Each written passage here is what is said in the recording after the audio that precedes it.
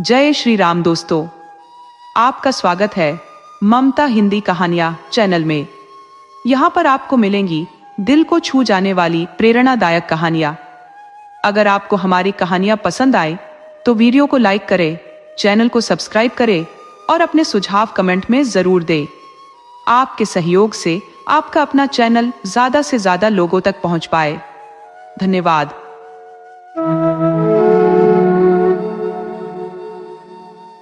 एक गांव में एक अत्यंत संपन्न किसान निवास करता था। किसान का स्वभाव न केवल उदार और सत्यनिष्ठ था, बल्कि वह अथक परिश्रम का पर्याय भी था।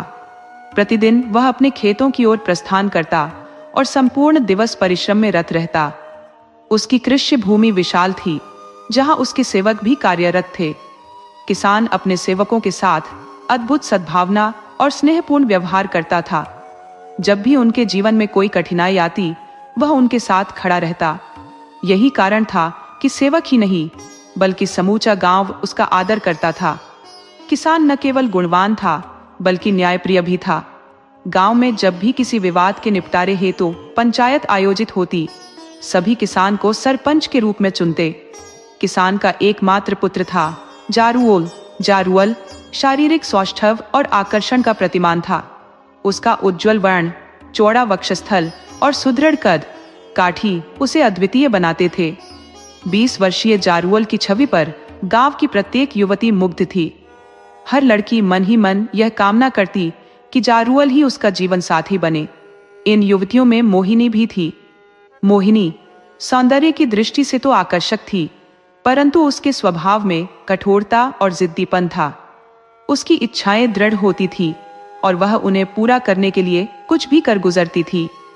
मोहिनी वर्षों से जारुअल को अपने वश में करने की चेष्टा कर रही थी, किंतु जारुअल का स्वभाव निष्ठुर था। उसने मोहिनी की ओर कभी दृष्टि भी नहीं डाली। जारुअल को किसी अद्वितीय और शालीन युवती की तलाश थी, जो उस गांव में नहीं थी। उसे यह विश्वास था कि एक दिन वह अपनी कल्पनाओं की रानी से अवश्य मिलेगा। मोहिनी जारुअल के प्रति दीवानी थी और उसे पाने के लिए कोई भी सीमा लांघने को तत्पर थी। उसने पहले अपनी आंखों में प्रेम का सम्मोहक जादू बिखेरकर उसे आकर्षित करने का प्रयास किया, किंतु जारुअल ने उसकी ओर ध्यान तक नहीं दिया। फिर उसने अपनी सहेलियों को जारुअल के पास प्रेम संदेश भेजने का माध्यम बनाया। सहेलियों ने जारुअल को मोहिनी की इच्छा बताई और उससे एकांत में मिलने का निवेदन किया। जारुअल ने उनकी बातें शांति से सुनी, परंतु मिलने से स्पष्ट इनकार कर दिया। मोहिनी ने अपने प्रेम के जाल में जारुअल को फंसाने के कई उपाय किए, परंतु हर बार असफल रही। एक दिन मोहिनी ने मर्यादा की सीमाएं तोड़ दी। एक शाम जब जारुअल अपने खेतों से लौट रहा था और अंधकार तेजी से फैल रहा था, वह सुनसान पगडंडी पर चला जा रहा था। गांव अभी दूर था। तभी अचानक मोहिनी रास्ते में आ गई और उसे पकड़कर उससे लिपट गई। उस समय मोहिनी ने खुद को सजाने संवारने में कोई कसर नहीं छोड़ी थी। उसने भड़कीले वस्त्र पहन रखे थे और श्रृंगार भी ऐसा किया था जैसे किसी उत्सव में जा रही हो। जारुअल उसकी इस हरकत से सन्न रह गया।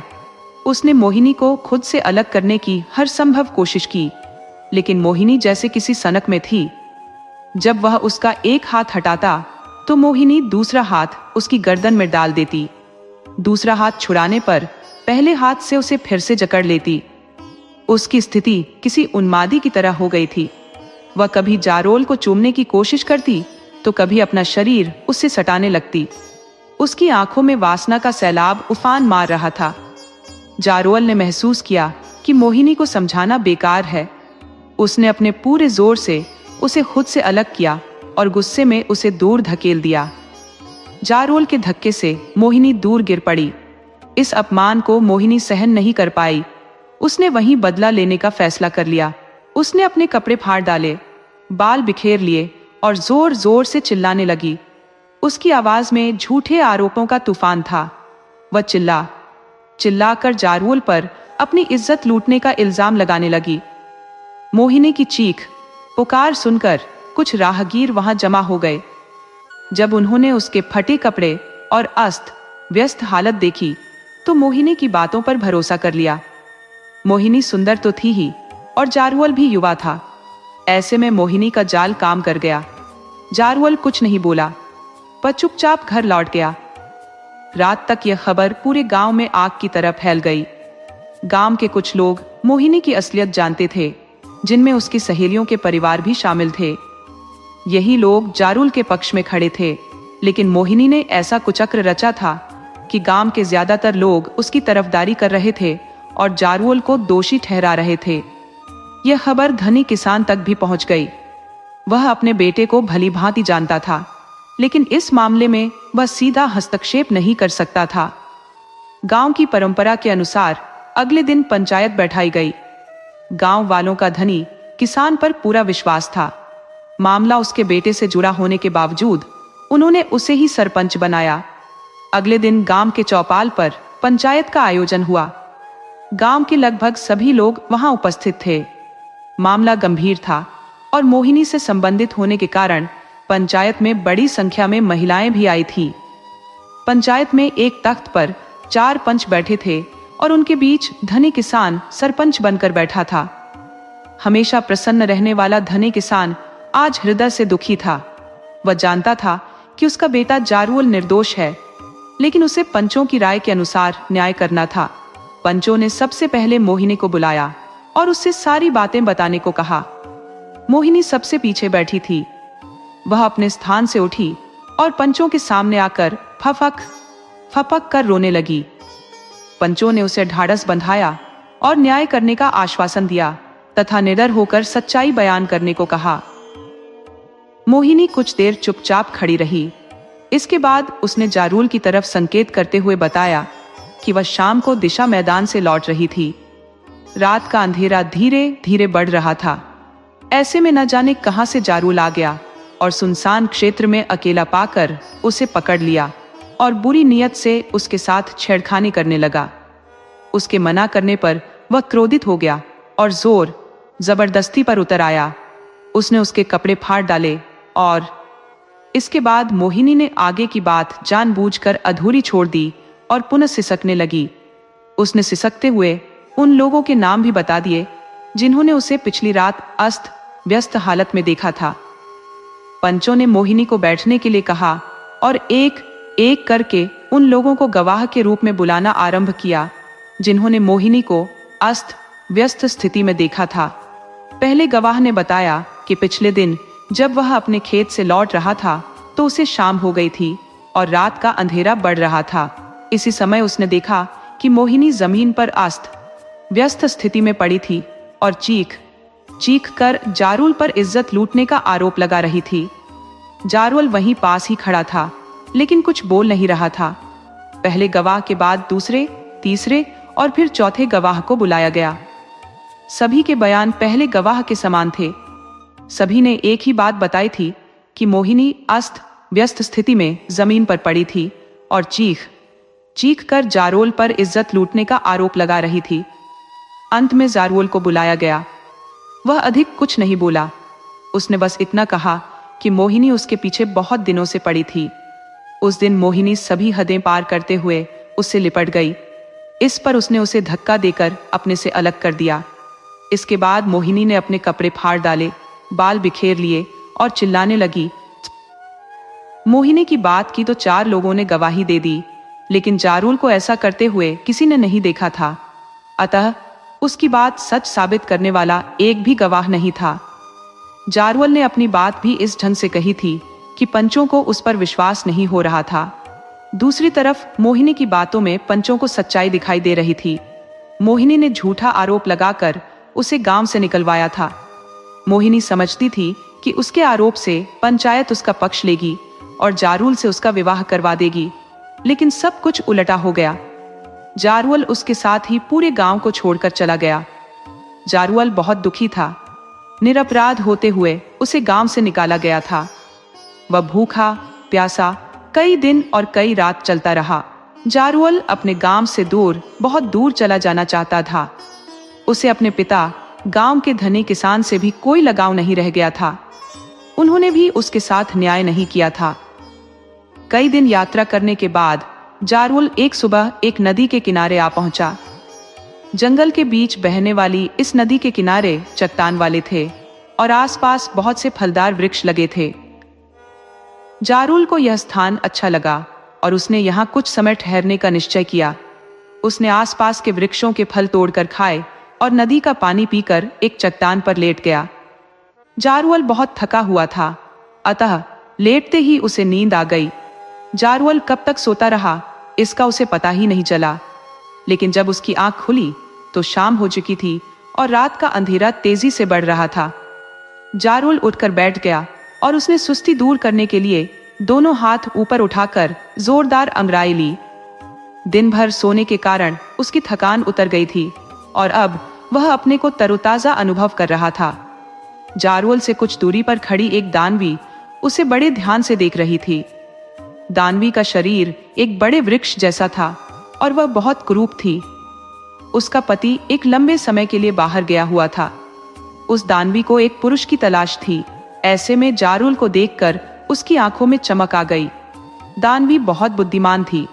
वह अच्छी तरह जानती थी कि एक कुरूप और विशालकाय दानवी को कोई प्यार नहीं करेगा। यह भी संभव था कि उसका रूप और विशाल आकार देखकर सामने वाला पुरुष भयभीत हो जाए और भय से उसके प्राण निकल जाए। दानवी ने इस विषय में बहुत सोचा। अचानक उसके दिमाग में एक योजना आ गई। दानवी ने अपनी दानवी शक्ति से अपना रूप बदला और 16 वर्ष की सुंदर, रूपवान, गोरी, इकहरे शरीर वाली युवती बन गई। इस समय उसे जो भी देख लेता उस पर मोहित हो जाता। इसके साथ ही दानवी ने अपनी शक्ति से एक तेंदुआ उत्पन्न किया और बचाओ बचाओ चीखने लगी।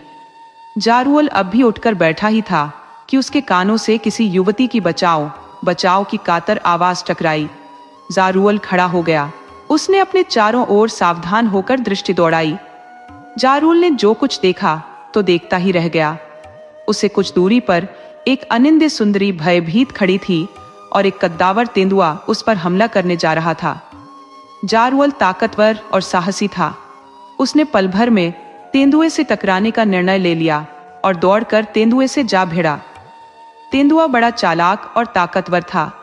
वह जारुल पर पंजे मारने और उसका गला अपने मुंह में भरने का प्रयास कर रहा था और जारुल बड़ी फुर्ती से उसके वार बचा रहा था। दोनों में बहुत देर तक लड़ाई चलती रही। दानवी दूर खड़ी जारुल की बहादुरी देख रही थी। जारुल और तेंदुए को लड़ते लड़ते कई घंटे हो गए, लेकिन कोई भी अपनी हार मानने के लिए तैयार नहीं था। अचानक जारुल के हाथों में तेंदुए की पूंछ आ गई। उसने दोनों हाथों से तेंदुए की पूंछ पकड़ी और उसे चारों ओर के कई चक्कर घुमाकर एक ओर फेंक दिया। बेचारा तेंदुआ इसके लिए तैयार नहीं था। वह नदी के किनारे की एक चट्टान पर गिरा और एक ओर भाग निकला। तेंदुए के जाने के बाद जारुल ने दानवी की ओर देखा तो देखता ही रह गया। दानवी उसे स्वर्ग की अप्सरा के समान सुंदर लगी। वह सवांग सुंदरी थी और जारुल को प्यार भरी नजरों से देख रही थी। अचानक दानवी ने आगे बढ़कर जारुल से कुछ खाने पीने को आग्रह किया। जारुल ने मुस्कुराते हुए सिर हिलाकर अपनी स्वीकृति दे दी। दानवी ने जारुल का हाथ पकड़ा और उसे लेकर अपनी गुफा में आ गई। यह एक प्राकृतिक गुफा थी जो भीतर से बहुत साफ और आरामदायक थी। दानवी ने जारुल को पत्थर की शिला पर बैठाया और पत्ते पर रखकर अनेक स्वादिष्ट व्यंजन ले आई। जारुल को यह सब बहुत अच्छा लगा, किंतु उसने इस बात पर ध्यान नहीं दिया कि इस जंगली गुफा में इतने शानदार स्वादिष्ट व्यंजन कहां से आए। वास्तव में ये व्यंजन दानवी ने अपनी दानव शक्ति से मंगाए थे। जारुल के आग्रह पर दानवी ने भी खाने पीने में उसका साथ दिया। इसके बाद दोनों में प्रेम भरी बातें आरंभ हो गई। बातें करते करते कब रात हो गई इसका उन्हें पता ही नहीं चला। रात में दोनों ने फिर थोड़ा बहुत भोजन किया और उसी चट्टान पर लेट गए। अगले दिन प्रातःकाल जब जारुल सोकर उठा तो उसका शरीर काफी थका हुआ था। उसे दानवी से अलौकिक सुख की प्राप्ति हुई थी। दानवी उससे पहले उठ गई थी और पास ही खड़ी उसे प्यार से देख रही थी। जारुल ने उसे संकेत से अपने पास बुलाया और लिपटा लिया। दानवी शर्माती हुई उसकी गोद में आ गई। इस समय उसे देखकर कोई यह कल्पना नहीं कर सकता था कि यह एक खूंखार बदसूरत दानवी है। जारुल और दानवी दोनों बहुत खुश थे। वे दिन में जंगल में इधर उधर घूमते और रात में जीवन का अलौकिक आनंद लेते। जारुल दानवी के प्यार में इतना डूबा हुआ था कि उसने उससे यह भी नहीं पूछा कि वह कौन है, यहाँ अकेली कैसे रहती है, स्वादिष्ट भोजन कहाँ से आते हैं। जारुल और दानवी सूरज निकलने के बाद देर से उठते। दानवी हमेशा जारुल से पहले उठ जाती। वह थोड़ा सा श्रृंगार करने के बाद जारुल को उठाती। कभी कभी जारुल अपने आप ही उठ जाता था, लेकिन जारुल हमेशा दानवी के बाद ही सोकर उठता था।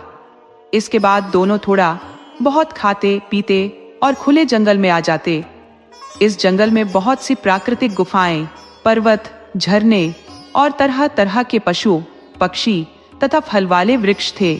दोनों जंगल की सैर करते, किसी झरने अथवा नदी में नहाते, वृक्षों के फल खाते और रात का अंधेरा होने से पहले अपनी गुफा में लौट आते। इसके बाद दोनों गुफा के भीतर की चट्टान पर तरह तरह की प्रणय लीलाएं करते और सो जाते। धीरे धीरे कई महीने बीत गए। जारुल और दानवी बहुत खुश थे। जारुल ने तो कभी कल्पना भी नहीं की थी कि गांव छोड़ने के बाद उसकी भेंट इतनी सुंदर युवती से होगी और उससे उसे इतना प्यार मिलेगा। जारुल का मन इस सुनसान जंगल में पूरी तरह लग गया था। अब वह यहां से कहीं अन्यत्र जाना नहीं चाहता था। अचानक एक दिन अर्धरात्रि के समय दानव प्रकट हुआ और गुफा के द्वार पर खड़ा होकर दहाड़ा। जारुल और दानवी दोनों सो रहे थे।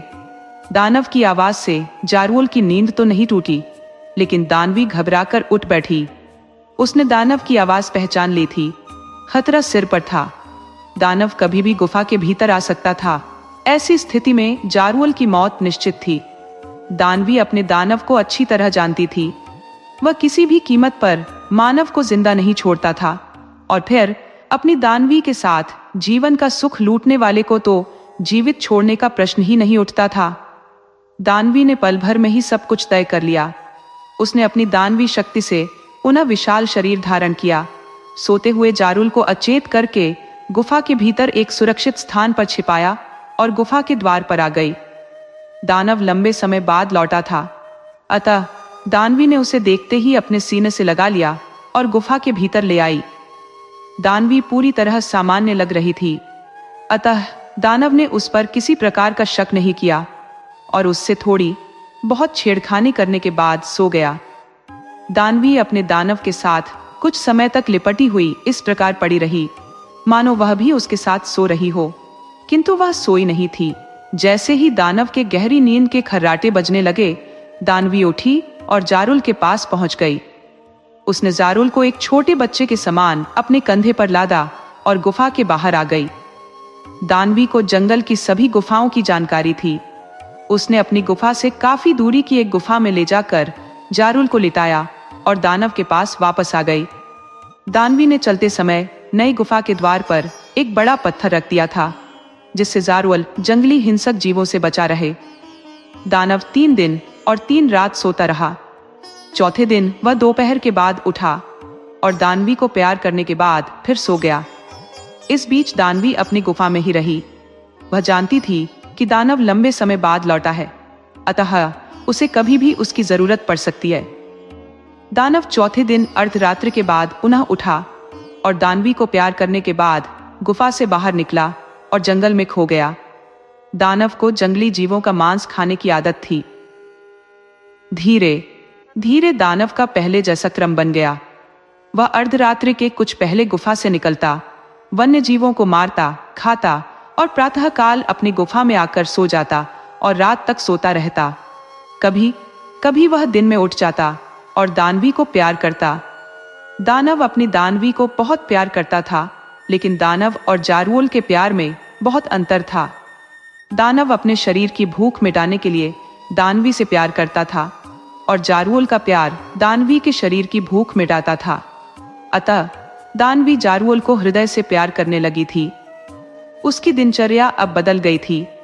वह अर्धरात्रि में दानव के जाने के बाद अपनी गुफा से निकलती और जारुल के पास पहुंच जाती। यहाँ आकर वह 16 वर्ष की सुंदरी बन जाती और रात भर जारुल से प्यार करती और प्रातःकाल होते ही जारुल को अचेत करके दानव के लौटने के पहले ही अपनी गुफा में आ जाती। धीरे धीरे कई दिन हो गए। सब कुछ बिना किसी बाधा के ठीक ठाक चल रहा था। एक दिन दानव को रात में भोजन की तलाश में अधिक भटके बिना बड़ा शिकार मिल गया। उसने भरपेट खाया और प्रातःकाल होने से पहले ही अपनी गुफा में वापस आ गया। दानवी जारवुल के पास थी, अतः दानव को गुफा में दानवी नहीं मिली। दानव गुफा के बाहर निकला और उसने अपनी दानवी को बहुत ढूंढा, लेकिन वह नहीं मिली। दानव गुफा में पुनः वापस आ गया और लेट गया। प्रातः काल होते ही दानवी वापस आ गई। उसने गुफा में दानव को पड़े देखा तो कुछ भयभीत हुई, लेकिन शीघ्र ही उसने अपने पर नियंत्रण किया और सामान्य दिखाई देने लगी। दानव ने दानवी की ओर देखा। दानवी उससे नजरें चुरा रही थी। इससे दानव को कुछ शक हुआ, लेकिन उसने कुछ कहा नहीं और आंखें बंद करके लेट गया। दानवी भी उसके पास आकर लेट गई और अर्धरात्रि तक उसके पास पड़ी रही।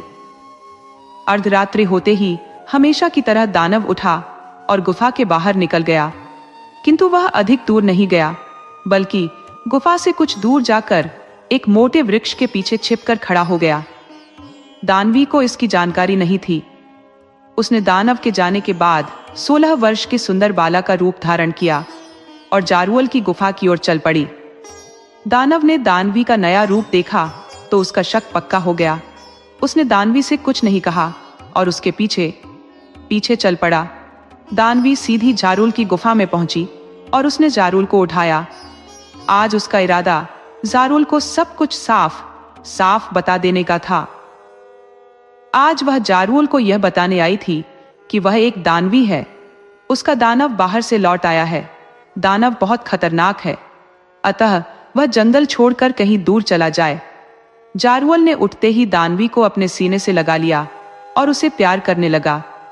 दानवी ने उसे अपने से अलग करने का प्रयास किया, किंतु जारवुल उसे इस तरह जकड़े हुए था कि दानवी अपने को छोड़ा न सकी। इसी समय दानव प्रकट हुआ और उन दोनों की ओर बढ़ा। दानव का उग्र और भयानक रूप देखकर दानवी और जारवुल दोनों के होश उड़ गए। दानव बहुत क्रोध में था और कुछ भी कर सकता था। अचानक दानवी के मन में न जाने क्या आया कि उसने दानवी का विशाल रूप धारण किया और जारवुल को कंधे पर लाद कर गुफा के बाहर आ गई। जारवुल ने दानवी का असली रूप देखा तो हतप्रभ सा रह गया। उसे दानवी की प्रेम कहानी कुछ समझ में आने लगी। दानवी के पीछे पीछे दानव भी गुफा के बाहर आ गया और उसे जारवुल को छीनने का प्रयास करने लगा। दानवी जानती थी कि वह जारवुल को लेकर कहीं भी भाग नहीं सकती और यदि जारवुल दानव के हाथ लग गया तो वह उसे मार डालेगा। अतः दानवी ने जारवुल को एक ओर हवा में उछाल दिया। जारवुल दानव से कुछ दूर जमीन पर मिला, लेकिन गिरने के पहले ही दानवी ने उसे अपनी दानवी शक्ति से एक वृक्ष बना दिया। दानव का क्रोध अभी शांत नहीं हुआ था। वह वृक्ष बने जारवुल की ओर बढ़ा। उसका इरादा इस वृक्ष को तहस नहस कर डालने का था। दानवी ने दानव को वृक्ष की ओर बढ़ते देखा तो उसके पैर पकड़ लिए और गिड़गिड़ाने लगी। दानव अपनी दानवी को बहुत प्यार करता था, अतः उसने वृक्ष बने जारवुल को अभयदान दे दिया और दानवी को भी माफ कर दिया। इसके बाद दोनों ने वह जंगल छोड़ दिया और नए जंगल में जाकर रहने लगे। कहते हैं कि दानवी जारवुल के प्यार को कभी भूल नहीं पाई। वह अभी भी बरसात का मौसम आरंभ होते ही अपने जारवुल के पास आती है। अपनी दानवी का आलिंगन करते ही जारवुल खुशी से झूम उठता है। जारवुल के वृक्ष पर जून जुलाई के महीने में खिलने वाले बैंगनी पनलिए लाल रंग के फूल जारवुल की खुशी के प्रतीक हैं। दोस्तों, आपको कहानी कैसी लगी अपने सुझाव कमेंट करना ना भूले। तो चलिए आज की अगली कहानी शुरू करते हैं।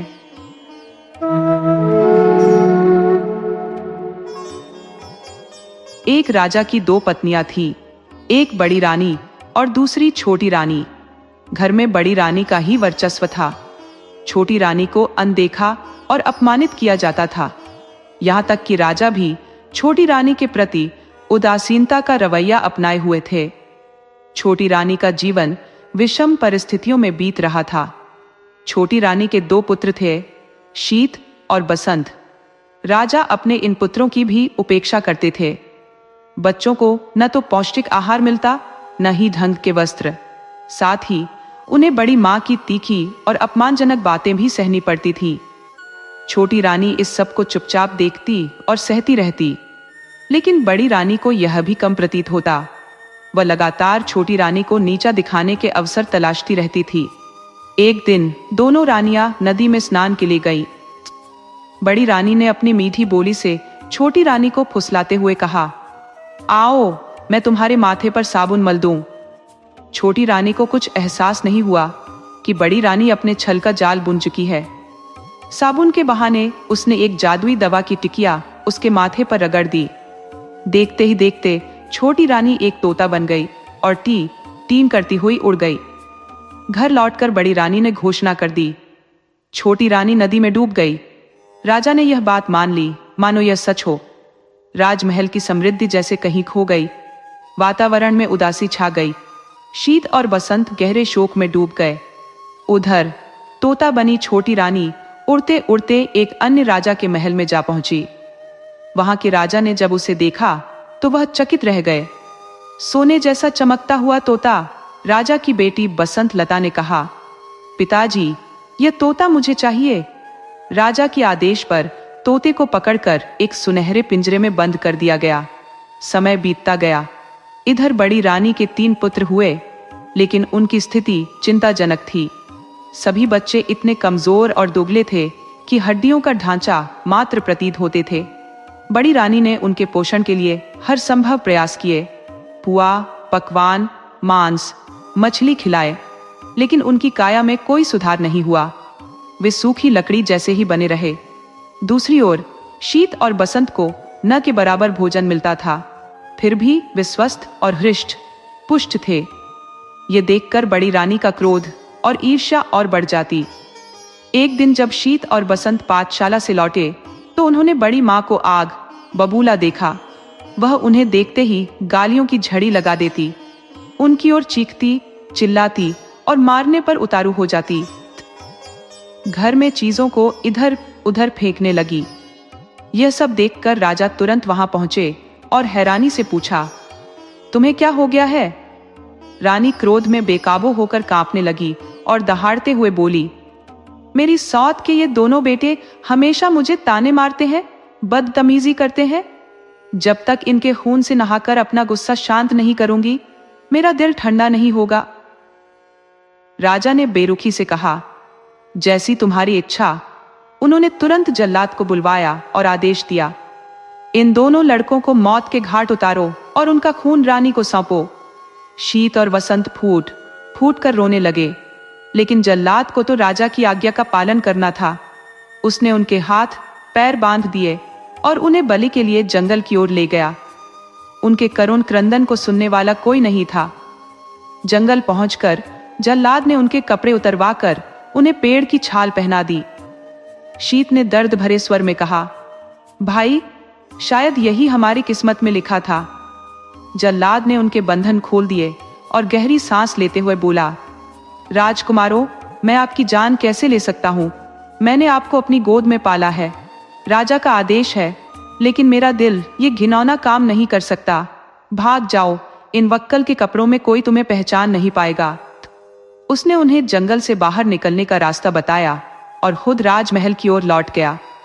वहां पहुंचकर जल्लाद ने एक कुत्ते और सियार का खून लेकर बड़ी रानी को सौंप दिया। खून देखकर बड़ी रानी खुशी से फूली नहीं समाई।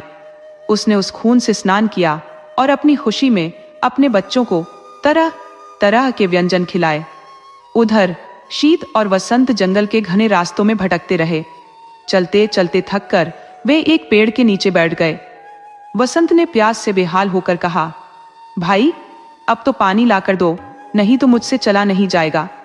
शीत ने इधर उधर नजर घुमाई और सांत्वना देते हुए बोला, तुम यहीं बैठो, मैं देखता हूं कहीं पानी मिलता है या नहीं। पानी की खोज में चलते हुए शीत को एक तालाब दिखा। उसने सोचा, पानी ले जाने का कोई साधन तो है नहीं। अगर चादर को भिगोकर ले जाऊं तो शायद वसंत की प्यास बुझा सकूं। यह सोचकर उसने चादर को पानी में डुबो दिया। जिस राज्य की सीमा के अंतर्गत वह तालाब था, उस राज्य के राजा का अचानक देहांत हो गया। राजा की कोई संतान नहीं थी। समस्या उत्पन्न हुई कि राज सिंहासन पर कौन बैठेगा। सिंहासन को तो खाली नहीं रखा जा सकता है। इस पर काफी विमर्श हुआ। अंत में मंत्रियों एवं प्रजा ने मिलकर तय किया कि जिस व्यक्ति के माथे पर राज तिलक होगा उसे ही सिंहासन पर बैठाया जाएगा। योजनानुसार एक सफेद हाथी की पीठ पर सिंहासन बांधकर हाथी को छोड़ दिया गया। वह हाथी माथे पर राज तिलक वाले व्यक्ति की खोज में निकल पड़ा। इस क्रम में वह उस तालाब के पास पहुंचा जहां शीत अपनी चादर को पानी में भिगो रहा था। शीत के माथे पर राज तिलक देखते ही सफेद हाथी ने उसे अपनी सूंड से पकड़ा और सिंहासन पर बैठा दिया। शीत बसंत बसंत पुकारने लगा, पर सब बेकार। सफेद हाथी शीत को लेकर तेजी से नगर की ओर चल पड़ा। इधर बसंत पेड़ के नीचे बैठा भाई के आने का इंतजार कर रहा था। बहुत देर तक जब उसका भाई नहीं आया तो डर के मारे वह रोने लगा। रोते रोते सारा दिन बीत गया। रात है तो रोकर वह वहीं सो गया। दूसरे दिन सुबह एक सन्यासी उधर से गुजरा। बसंत को उस हाल में देखकर उसे बड़ी दया आई। उसने उसे गोद में उठा लिया और जंगल में बनी अपनी कुटिया में ले गया। उधर सफेद हाथी शीत को लेकर उस राज्य की प्रजा के समक्ष उपस्थित हुआ। सभी ने नए राजा का स्वागत किया। शीत को राज सिंहासन पर बिठाया गया और उसे राज तिलक लगाया गया। शीत को कुछ समझ में नहीं आ रहा था कि हो क्या रहा है। उसे रहकर अपने भाई बसंत की बहुत याद आ रही थी। समय बीतने लगा। शीत ने परिस्थिति से समझौता कर लिया। वह कुशलता पूर्वक राज काज संभालने लगा। अब उसे किसी भी चीज का अभाव नहीं था। उधर बसंत जंगल में सन्यासी की कुटिया में अपने दिन बिता रहा था। वह रोज हवन के लिए जंगल से लकड़ियां चुनकर लाता, पूजा के लिए फूल तोड़कर लाता और जंगल के कंद मूल खाकर अपना पेट भरता था। कभी कभी वह सन्यासी के पास बैठकर शास्त्रों एवं वेदों का ज्ञान भी प्राप्त करता। शीत और बसंत के पिता पर दैवीय आपदा आई। उनका सारा राज्य नष्ट हो गया। राजा सब कुछ छाड़कर अज्ञातवास को चले गए। बड़ी रानी की दशा भी अत्यंत दयनीय हो गई थी। भिक्षा मांगकर जीवन निर्वाह करने की नौबत आ गई, परंतु उसके फटे चिथड़े गंदे कपड़ों को देखकर लोग भी उसे दुत्कार देते। एक दिन दुखी होकर बड़ी रानी अपने तीनों पुत्रों के साथ समुद्र के किनारे खड़ी थी। अचानक समुद्र की लहरों में तीनों पुत्र बह गए। रानी ने अपने पुत्रों को बचाने की बहुत कोशिश की, पर सब बेकार। दुखी होकर वह भी समुद्र में कूद पड़ी। उधर राजा की बेटी बसंतलता अब बड़ी हो गई थी। अपनी रूपवती कन्या के लिए राजा योग्य वर की तलाश कर रहे थे, पर वैसा वर उन्हें मिल नहीं रहा था। तब रानी से परामर्श कर उन्होंने स्वयंवर का आयोजन किया। स्वयंवर सभा में अनेक राज्यों के राजपुत्र उपस्थित हुए। राजा ने घोषणा की कि सारे राजपुत्र अपने आसन पर बैठेंगे और बसंतलता हाथ में माला लेकर सभी के सामने से गुजरेगी। जो राजकुमार उसे पसंद आएगा उसी के गले में वह वरमाला डालेगी।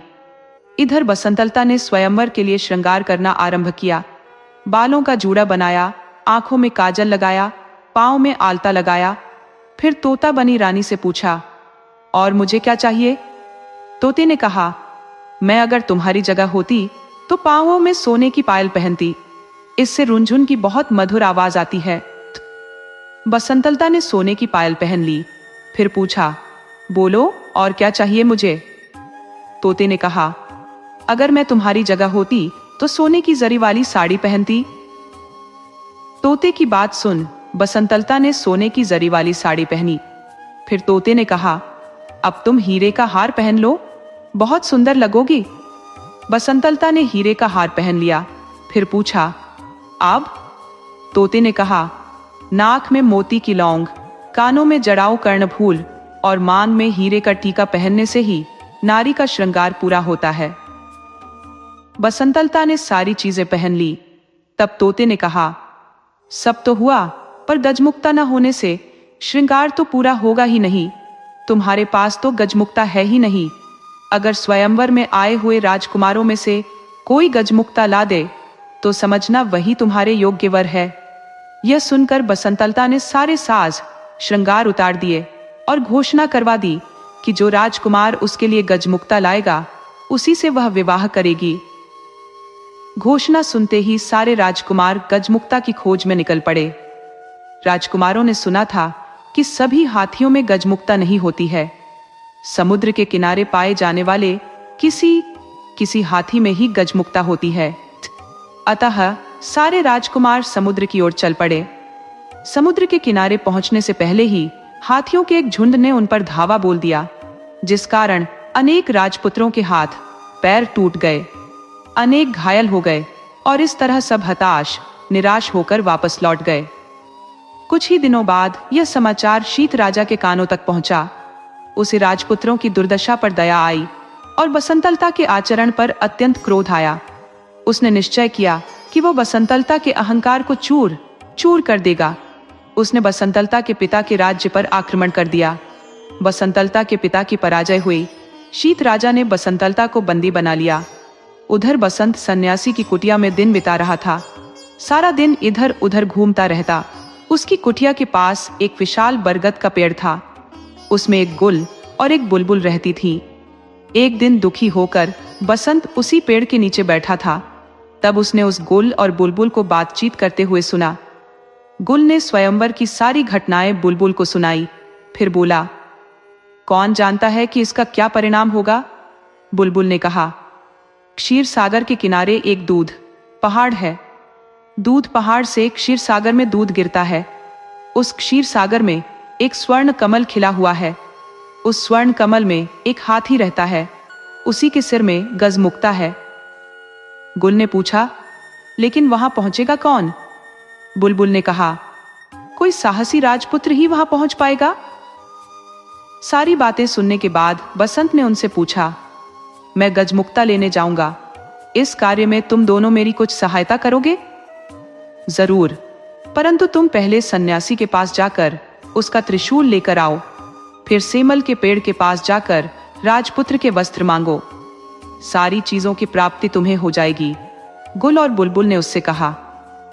बसंत ने सन्यासी से त्रिशूल लिया, सेमल के पेड़ से राजवस्त्र प्राप्त किए और उन्हें पहनकर समुद्र की ओर चल पड़ा।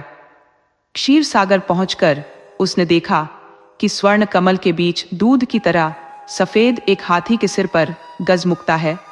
गजमुक्ता की रोशनी से चारों ओर उजाला फैला हुआ है। बसंत उस सफेद हाथी की पीठ पर कूदा। जैसे ही उसने सफेद हाथी के सिर पर त्रिशूल को रखा, वैसे ही सागर, स्वर्ण कमल, सफेद हाथी सब गायब हो गए। वहां केवल एक कमल का फूल खिला हुआ था और उसके अंदर गजमुक्ता की माला थी। मनुष्य की आवाज में कमल के फूल ने पूछा, निश्चय ही तुम राजपुत्र हो? कौन सा राज्य है तुम्हारा? बसंत ने कहा, मैं राजपुत्र नहीं हूं, एक सन्यासी के साथ जंगल में रहता हूं। ठीक है, तुम गजमुक्ता को अपने सिर पर और मुझे अपने हृदय में रखो। बसंतलता के साथ तुम्हारा ही विवाह होगा और तुम्हारा जीवन सुख से बीतेगा। बसंत क्षीर सागर के बालू पर चलता हुआ वापस लौटने लगा। तभी उसे कुछ आवाजें सुनाई पड़ी। हम लोगों को भी साथ ले चलो भाई। वह भौचक्का होकर चारों ओर देखने लगा। उसे आस पास कोई भी नहीं दिखा। वह आगे बढ़ा तो फिर वैसी ही आवाजें आई। उसने गौर से बालू को देखा तो उसे लगा कि उसके पैर के पास बालू के अंदर से आवाजें आ रही हैं। उसने त्रिशूल से वहां का बालू हटाया तो देखा कि वहां 3 सोने की मछलियां थी। वह उन्हें अपने साथ लेकर चल पड़ा। इधर शीत राजा शिकार खेलने निकला था। एक दिन सारा दिन भटकने के बाद भी उसके हाथ एक भी शिकार न लगा। थककर वह एक पेड़ के नीचे बैठ गया। अचानक उसे याद आया कि वह अपने भाई बसंत को इसी पेड़ के नीचे छोड़कर पानी लाने गया था और फिर एक हाथी उसे एक राज्य में ले गया था। फिर वह कभी इस जगह लौट कर नहीं आ सका था। बसंत का क्या हुआ? वह कहाँ गया होगा? क्या वह जीवित होगा? यह सोचकर वह रो पड़ा। अपने राजभवन में लौटने के बाद भी वह केवल बसंत के बारे में सोचता रहता। बसंत गजमुक्ता लेकर बसंतलता के राज्य में गया तो वहां उसे पता चला कि शीत राजा बसंतलता को बंदी बनाकर अपने राज्य में ले गया है। बसंत सीधा शीत राजा के राजभवन में पहुंचा। राजा के अंगरक्षकों को 3 सोने की मछलियां देकर कहा, अपने राजा से कहो कि बसंतलता को छोड़ दे। लेकिन शीत राजा तो अपने भाई के शोक में डूबा अपने कमरे का दरवाजा बंद कर अंदर बैठा हुआ था। राजा की आज्ञा की प्रतीक्षा में बसंत 7 दिनों तक हाथ में त्रिशूल लिए सिर पर गजमुक्ता रखे राजमहल के सामने बैठा रहा। 8वें दिन शीत राजा थोड़े सामान्य हुए तो दासियां सोने की मछलियों को काटने बैठी, लेकिन आश्चर्य, मछलियां बोल उठी, हमें न काटो, हम राजा के भाई हैं। अंगरक्षकों ने जब शीत राजा को बसंत की बात बताई तो वे स्वयं राजभवन से बाहर आए। वहां अपने भाई बसंत को देखा तो दौड़कर उसे अपने गले लगा लिया। तभी वे दासियां उन बोलने वाली सोने की मछलियों को लेकर राजा के पास पहुंची, लेकिन आश्चर्य, शीत राजा के हाथ लगाते ही तीनों मछलियां 3 मनुष्यों में बदल गई। उन्हें देखते ही वे पहचान गए। वे बड़ी रानी के पुत्र थे, शीत बसंत के सौतेले भाई। शीत बसंत ने बड़ी रानी और राजा के दुर्भाग्य की सारी बातें उनसे सुनी। उनकी आंखों से आंसू बहने लगे। 5 भाई आनंद पूर्वक राजभवन में रहने लगे। शीत राजा अपने भाई बसंत के विवाह की तैयारियां करने लगा। उसने बसंतलता के पिता के पास समाचार भेजा कि उन्हें मुक्त किया जा रहा है। पिंजरे के तोते ने बसंतलता को खुशखबरी दी, गजमुक्ता लेकर राजपुत्र आ गया है। बाओ, बसंतलता बोली, जानती हूं। उसी समय एक दासी दौड़ती हुई आई और उसने प्रसन्नता पूर्वक कहा कि गजमुक्ता लाने वाले राजपुत्र राजा शीत के ही भाई हैं। बसंतलता बहुत खुश हुई। उसने तय किया कि वह अपने प्रिय तोते को आज अपने हाथों से स्नान कराएगी। उसने कपिला गाय के दूध में कच्ची हल्दी को पीसकर दूध में मिलाया और उससे तोते को स्नान कराने लगी। इस क्रम में बसंतलता के हाथ से तोते के माथे की दवाई पुछ गई। देखते तोता एक सुंदर नारी बन गया। बसंतलता ने आश्चर्य से पूछा, तुम कौन हो, परी या देवी? वह बोली, मैं राजरानी हूं। शीत और बसंत मेरे ही बेटे हैं। उसके बाद उसने अपने साथ घड़ी सारी बातों को उसे बता दिया। अगले दिन बसंतलता के साथ बसंत का विवाह धूमधाम से संपन्न हुआ। विदा के समय बसंतलता ने अपने पिता से कहा, मैं पालकी में अकेली ही जाऊंगी। पिता ने पूछा, ये क्या बात हुई? बसंतलता बोली, मैंने प्रण लिया है कि सुबह प्रार्थना के समय अकेली रहूंगी। पिता बोले, ठीक है, जैसा तुम चाहती हो वही होगा। सभी से विदा लेकर बसंतलता सुंदर पालकी में बैठ गई। उसने चुपके से छोटी रानी को अपनी पालकी में बैठा लिया। बसंत भी अपनी पालकी में बैठ गया। शीत राजा के महल के पास जब पालकी रुकी तब उससे बसंतलता के अलावा एक अपूर्व सुंदरी नारी भी उतरी। सब उसे आश्चर्यचकित होकर देख रहे थे। उसने पालकी से उतरते ही पूछा, कहाँ है मेरे शीत? बसंत, मेरे पास आओ। मां की पुकार सुनकर शीत, बसंत दौड़कर आए और उससे लिपट गए। बड़ी रानी के तीनों पुत्र भी दौड़कर वहां पहुंच गए।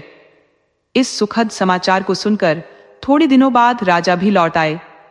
इस प्रकार छोटी रानी के दुखों का अंत हुआ। सभी के दिन सुखपूर्वक बीतने लगे। दोस्तों, आपको कहानी कैसी लगी? अपने सुझाव कमेंट करना न भूले। तो चलिए आज की अगली कहानी शुरू करते हैं।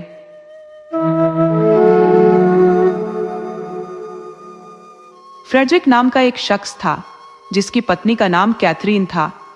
एक दिन फ्रेडरिक ने कहा, केट, मैं खेत में मेहनत करने जा रहा हूं। जब लौटूंगा तो जोर की भूख लगी होगी, इसीलिए तुम कुछ लजीज भोजन तैयार रखना और बियर भी रख देना। कैथरीन ने हामी भरते हुए कहा, ठीक है, सब कुछ तैयार होगा। दोपहर करीब आने लगी और कैथरीन ने एक बढ़िया सा गोश्त का टुकड़ा तलने के लिए चूल्हे पर रख दिया। वह सुनहरा होने लगा तो उसने उसे पलटा और खुद से कहा, यह तो लगभग तैयार है, अब तहखाने से बियर ले आती हूं। कड़ाही को आंच पर ही छोड़कर वह एक बड़ा जग लेकर तहखाने चली गई। पीपे से बियर भरते वक्त अचानक उसे ख्याल आया, अरे कुत्ता तो खुला है, कहीं टिक्का लेकर भाग न जाए। ये सोचते ही वह घबराई और तेजी से ऊपर भागी। लेकिन जब उसने किचन में कदम रखा तो देखा कुत्ता अपना काम तमाम कर चुका था। टिक्का मुंह में दबाए भाग चुका था। कैथरीन ने गुस्से और निराशा के साथ कुत्ते का पीछा किया, मगर वह फुर्ती से खेतों की ओर निकल गया। हताश होकर उसने सोचा, अब तो टिक्का गया, इसे भूलना ही पड़ेगा। थकान से चूर वह धीरे धीरे घर लौटी। इस बीच तहखाने में बियर का पीपा खाली हो चुका था, क्योंकि वह ढक्कन लगाना भूल गई थी। जब वह तहखाने पहुंची तो देखा कि फर्श पर बियर का सैलाब फैल चुका है। वह घबराई और सोचने लगी, अब क्या करूं कि फ्रेडरिक ये सब देख न पाए। अचानक उसे मेले से खरीदा हुआ आटे का बोरा याद आया। उसने सोचा, आटे से बियर सोख लूंगी, सब कुछ साफ सुथरा हो जाएगा।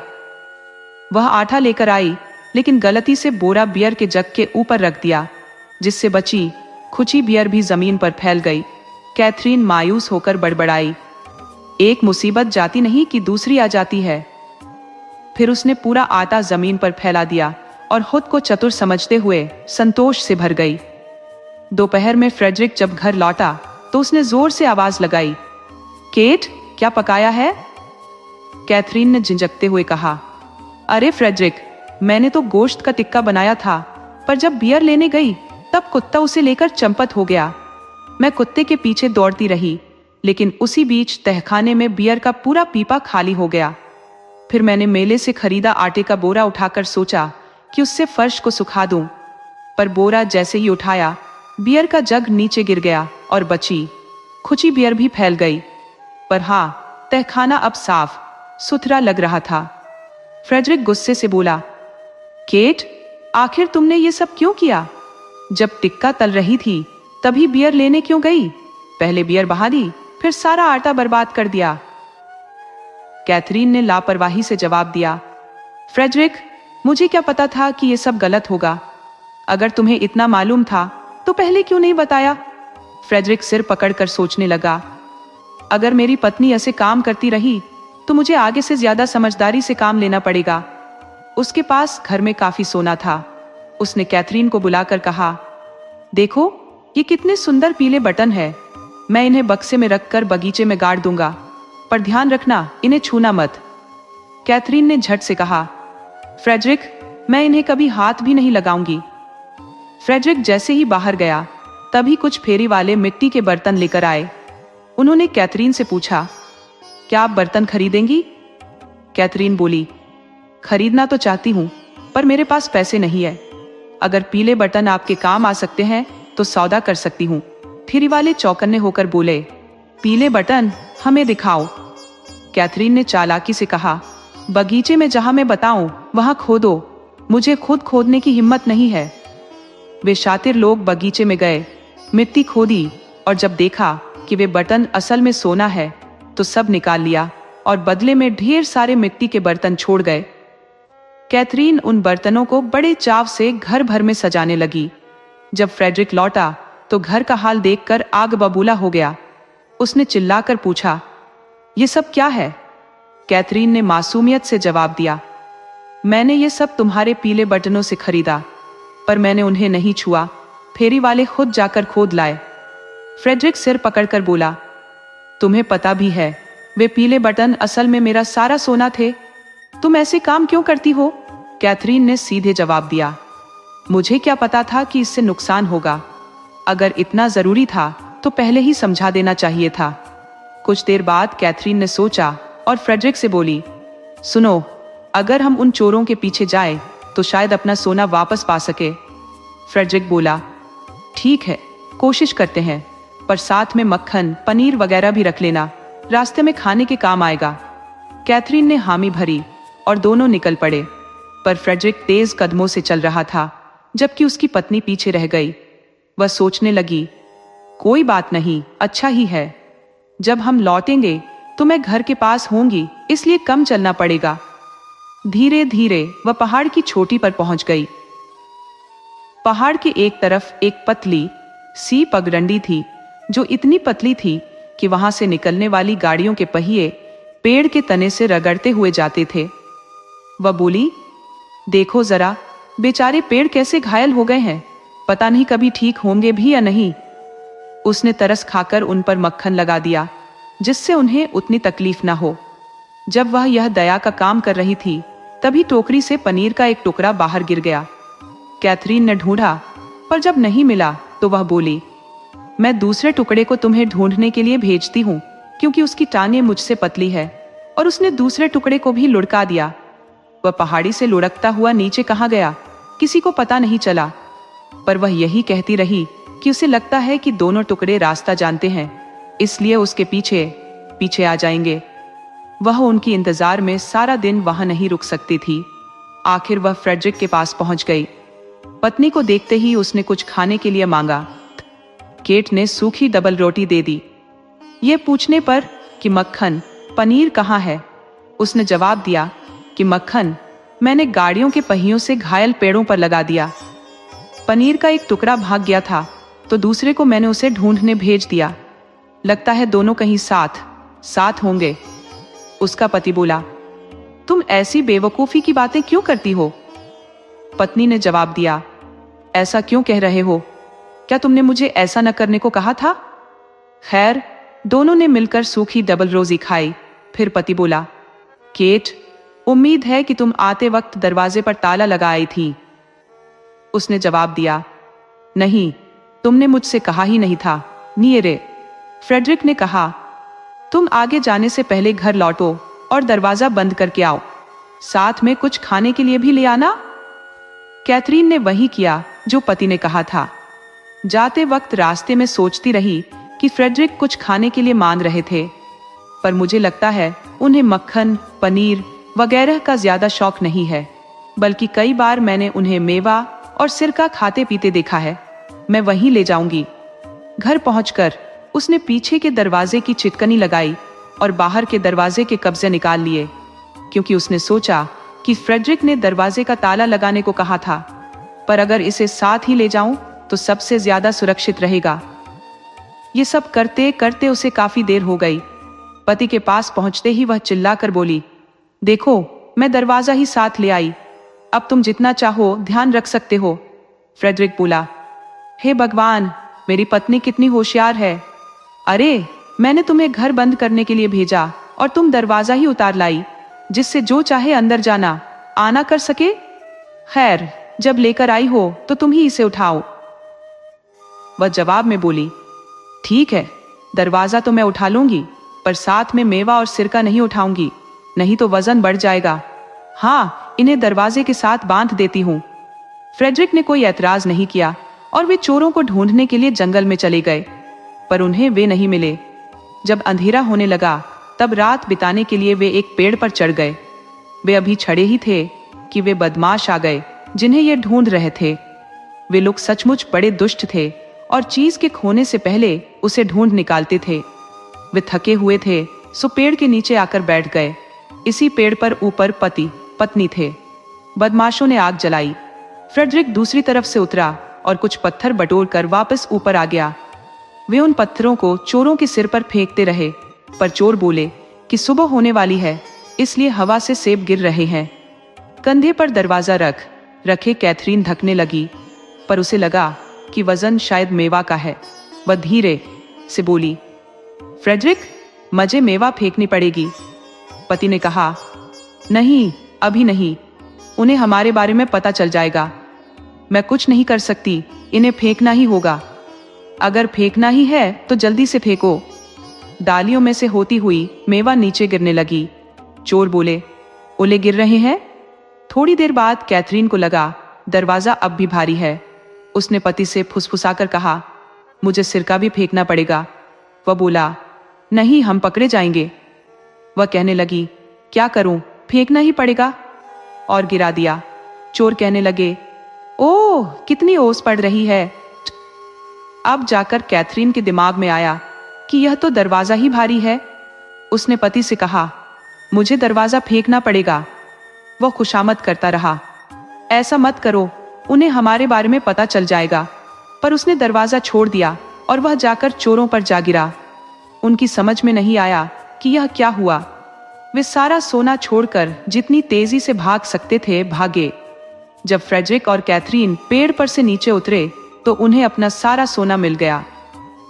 दोस्तों, आपको कहानी कैसी लगी अपने सुझाव कमेंट करना ना भूले। तो चलिए आज की अगली कहानी शुरू करते हैं।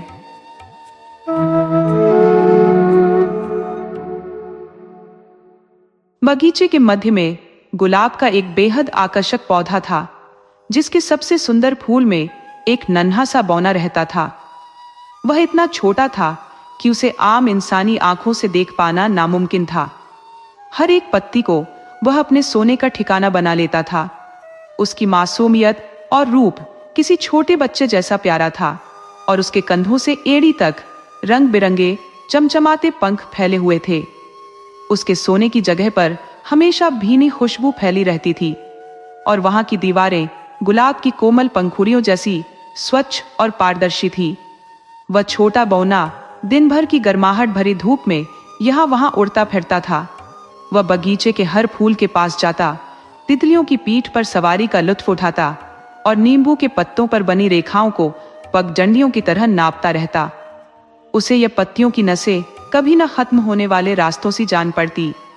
उस दिन उसने अपना यह खेल कुछ देर से शुरू किया था, और सूरज ढलने से पहले वह इसे पूरा भी नहीं कर पाया।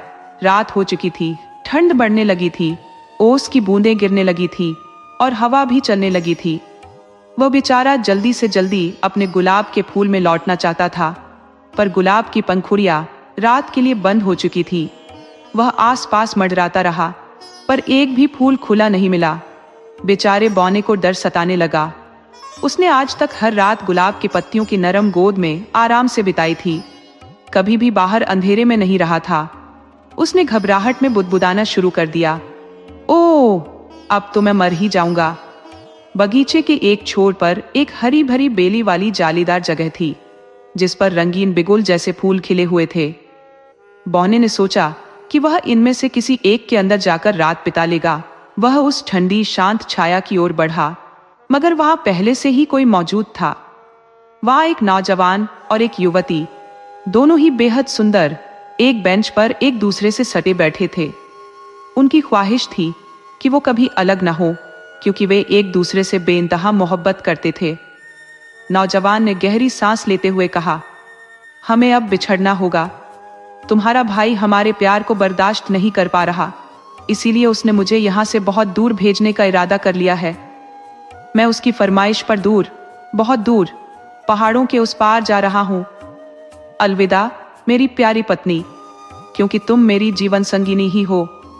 उन्होंने एक दूसरे को अलविदा कहने से पहले धीरे से चूमा। इस पर लड़की की आंखों में आंसू भर आए और उसने एक गुलाब का फूल तोड़ा। फिर वह उसे अपने प्रेमी को देने से पहले इतनी शिद्दत से चूमा कि गुलाब और भी खिल उठा। उधर नन्हा बौना तुरंत उस गुलाब के भीतर समा गया। उसने अपना सिर उस नरम और महकती दीवार से टिका लिया। आखिरकार उसे शरण मिल गई थी। गुलाब की पंखुड़ियों के पीछे से वह उन दोनों को विदा लेते हुए देख और सुन रहा था। युवक ने गुलाब को अपने दिल के पास रखा। ओह, उसका दिल इतनी जोर से धड़क रहा था कि बौना उस गूंज में सो ही नहीं पाया। जब युवक अंधेरे जंगल से गुजरने लगा, उसने गुलाब को अपने हाथ में लिया और बार बार उसे चूमने लगा। वह इतना जोर से चूम रहा था कि बौना मरते मरते बचा। युवक के होंठ इतने गर्म थे कि गुलाब की पंखुड़ियां खुलने लगी, जैसे सुबह का सूरज निकल आया हो। उसी रात एक और आदमी उस जंगल में आया। वह लड़की का निर्दयी भाई था, जिसके हाथ में एक लंबा तेज धार वाला खंजर था। जब युवक गुलाब को चूम रहा था, उस दुष्ट ने उसे पीछे से छुरा घोंपकर मौत के घाट उतार दिया। उसने उसका सिर धड़ से अलग कर दिया और फिर सिर और शरीर को एक नींबू के पेड़ के नीचे मुलायम मिट्टी में गाड़ दिया। उसने सोचा, अब कोई इसे याद नहीं करेगा, जल्दी ही सब इसे भूल जाएंगे। वह खुद भी पहाड़ों के पार लंबी यात्रा पर निकलने वाला था। उसका मानना था कि इतनी दूर की यात्रा में लोग अक्सर मारे जाते हैं, तो शायद कोई भी यह नहीं पूछेगा कि वह युवक वापस क्यों नहीं लौटा। उसने ताजी खुदी मिट्टी को पत्तों और टहनियों से ढक दिया और अंधेरे में ही अपने घर की ओर बढ़ गया। पर वह जितना अकेला सोच रहा था, उतना अकेला नहीं था। उसके साथ वह नन्हा बौना भी था। जैसे ही वह युवक की कब्र खोद रहा था, बौना नींबू के पेड़ की एक सूखी पत्ती में लिपटकर उस दुष्ट के बालों में गिर पड़ा था। हत्यारे ने अपनी टोपी पहन ली और बौना अंदर कैद हो गया। अंधेरे में वह डर और गुस्से से कांप रहा था और उस क्रूरता के बारे में सोच रहा था जिसका वह साक्षी बना था। सूरज निकलते निकलते वह दुष्ट अपने घर लौट आया। उसने अपनी टोपी उतारी और अपनी बहन के कमरे में घुसा। वह युवती अपने प्रेमी के ख्यालों में खोई सो रही थी, जो पहाड़ों के पार यात्रा पर गया था। उसका निर्दयी भाई उसके ऊपर झुका और एक शैतानी हंसी हंसने लगा। अनजाने में वह पत्ता उसके बालों से गिर पड़ा। वह दबे पांव कमरे से बाहर निकला और अपने कमरे में जाकर सो गया। बौना पत्ते में से निकलकर लड़की के कान में चला गया। उसने जो बुरा काम होते देखा था वह लड़की को बता दिया कि कैसे उसके भाई ने उसके प्रेमी को मारकर एक फूलों से भरे नींबू के पेड़ के नीचे दफना दिया है। फिर उसने यह बताया कि वह पेड़ जंगल में कहाँ है। लड़की सोच रही थी कि वह सपना देख रही है, पर बौना बोला कि अपने बिस्तर पर एक सूखा नींबू का पत्ता देखकर समझ जाना कि यह सपना नहीं है। लड़की उठी और उसे वह पत्ता दिखा। ओह, वह कितना रोई। उसने कितने खारे आंसू बहाए, पर वहां उसे तसल्ली देने वाला कोई नहीं था जिससे वह अपना दुख कहती। खिड़की खुली हुई थी। बौना चाहता तो उड़कर बगीचे में अपने गुलाब तक जा सकता था, पर वह उस लड़की को अकेले छोड़कर जाने के बारे में सोच भी नहीं सकता था। खिड़की की चौखट पर रखे गमले के पौधे में एक फूल था। उसने बाकी दिन वहीं आराम किया। कई बार वह दुष्ट भाई आया, जोर जोर से हंसी मजाक करता रहा। बेचारी लड़की में इतनी हिम्मत भी नहीं थी कि अपना दुख दिखा सके। रात आने पर वह चुपचाप घर से निकली। उसने जंगल